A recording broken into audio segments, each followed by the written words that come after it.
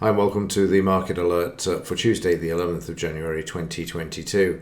So yesterday afternoon, the Dow futures and S&P futures resumed tumbling after yields spike to two-year high, a new two-year high to be precise. Market volatility continues to grow almost everywhere. That's good news because I like a bit of volatility.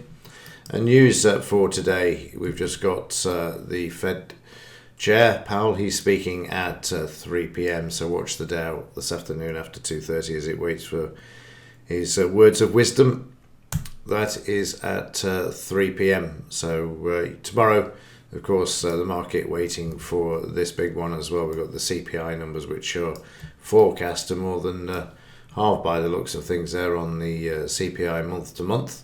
It'll be interesting to see if that occurs. We'll wait and see.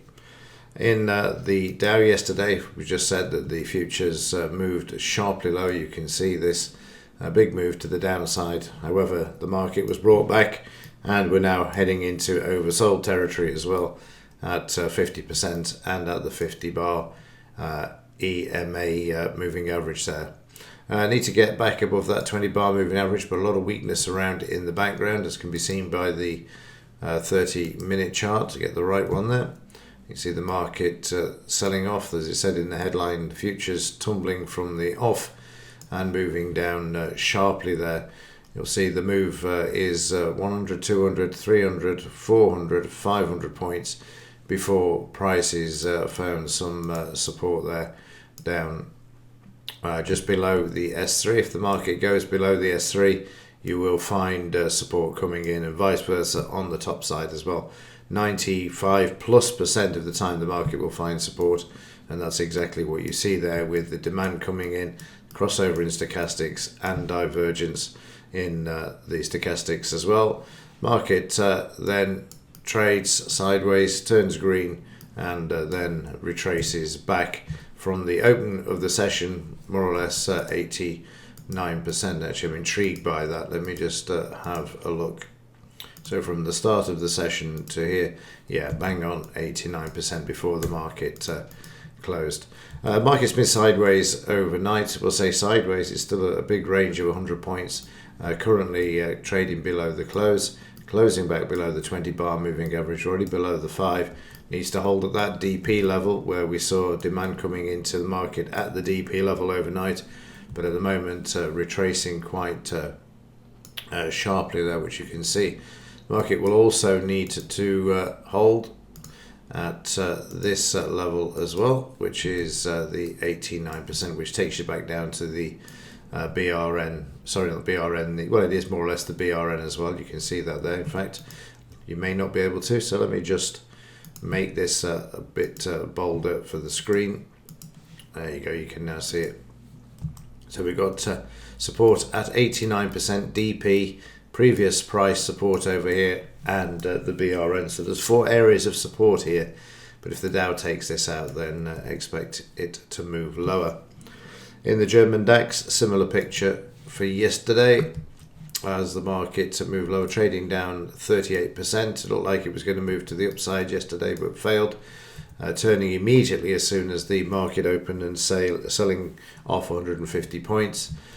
Trading down to the 50 EMA, the 20 bar, and also 38 to 50% retracement as well from this low, projected up and pulled back, and there are the numbers there. A bit of support coming in there at the moment. I'm going to mark up the upside. You just never know with Powell speaking and put in those numbers there, but there's a bit of weakness around at the moment caused by the yields spiking to the upside in anticipation of a rate increase, and not just one, but according to JP Morgan, potentially 4 going through this year, which that will be very interesting to see if they can pull that one off, that's for sure. In the 30-minute in the DAX, you can see the sell-off. We already were overbought, and we had the crossovers in the stochastics as well. Market moving lower 100 points from the start, trading down to the previous day's low where the market managed to bounce, traded back up to the DP, and then found resistance, traded back down to that low, tried to hold it at the low for an hour, but the market's in the next bar, closing back below the 5 bar and then sailing lower with the Dow down to the S2, where it found that climatic volume support and it was oversold. We've got the crossovers in the stochastics there, as well as the market then did a retracement back to the S2 and has moved higher. But again, just like the Dow, currently sitting at the DP and the close, well, just coming through actually, and the 20 bar moving average, the 50 and the 5. Very similar picture here. You've got to see the market hold at these two real-time price levels where the market managed to move higher. Close below those, we'll see prices move lower. So let's have a look from here up to here. You also want to see the market hold at the 89% retracement as well. The momentum's still moving to the downside there as well, and we've just seen the selling coming in this bar. It's half an hour away before the futures market actually kicks off at this time. In the 5-minute chart, you'll see the market sell off from the start. I actually recorded this trade yesterday for the advanced part of the course and of the software, and that will be available shortly. I have so many to actually get through at the moment. It's not enough hours in the day, and actually missing trades as a result of trying to edit the trade examples. So the market traded down, found support at the low. You can see the demand coming in, crossover, oversold. Again, it's this repeatable pattern. The market trading up to the previous day's close, and then again having another pullback before it pulls back to the downside. Finds support at the BRM. It's tested there. Market comes back 89% and then trades sideways, making minor fib retracements before it then moves lower. Again, you see the demand coming into the market, and we've got divergence, and we've got the crossover, and we've got demand as well before we get the market moving back up. Again, before we're overbought, we get the crossover, we close back below the 5, we move back down, and it's such a repeatable pattern. I managed to trade this one to the upside, but then missed the sell-off on the downside there because I was busy editing trades from last week and highlighting all of the trading plan of what to look for. You see huge volume there, and I love these final shakeouts that they put in the market as well. You get the potential for an up move, and then they say no, we'll just shake it out. This forces a lot of traders to go short when actually the buying and the momentum switched to the upside, and you've got divergence there as well. And then they bring the market back and then follow the Dow obviously to the upside. There were no signals in the 2-minute because of the volatility yesterday. For some unknown reason, I don't have any signals in the 2-minute, but like I say, with the new strategy, there won't be any shortage of trades or whatsoever. And I do actually like the 5-minute chart and the longer time frames as well, because I'm not being whipped around as much when it is as volatile as it has been in the 2-minute. It's still profitable if you want a quick scalp. It's the time frame to be in, but there's a bit more thinking and leisure time with the 5-minute and above. Of course, the stops are placed a bit further away, but to be honest with you, it's working out just nicely at the moment. And in the afternoon, you see the 2-minute there working its way lower and then moving up overnight as well. To where we are at the moment, let's have a quick look. And a bit volatile there, isn't it? At the moment, a bit choppy. Wait and see what happens at 7 a.m. when the futures market kicks in.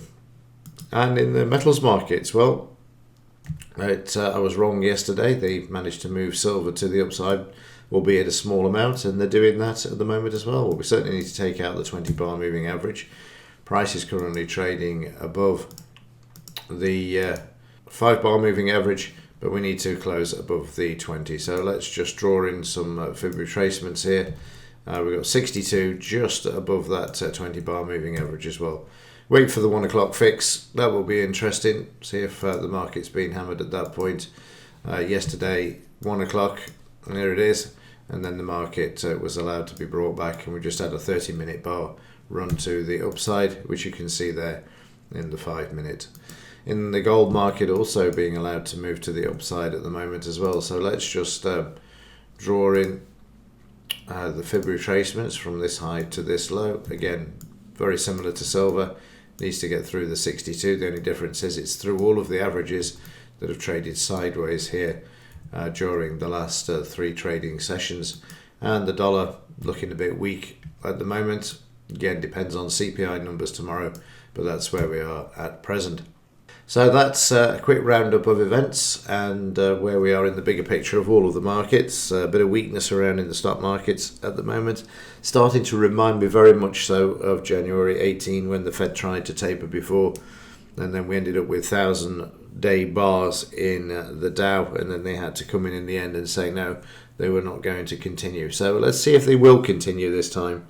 That will be interesting for sure, as we sort of approach the end of the current financial paradigm that we've got because of the amount of debt. So if you go back to 2018, printing more money has only made things worse, so maybe they will see it through. As for 4 rate increases, well, I suppose it depends on the percentage increase that they're actually contemplating. But again, nothing till March at the moment. So let's wait and see. Okay, that's it for this one. As ever, thanks for watching. See you.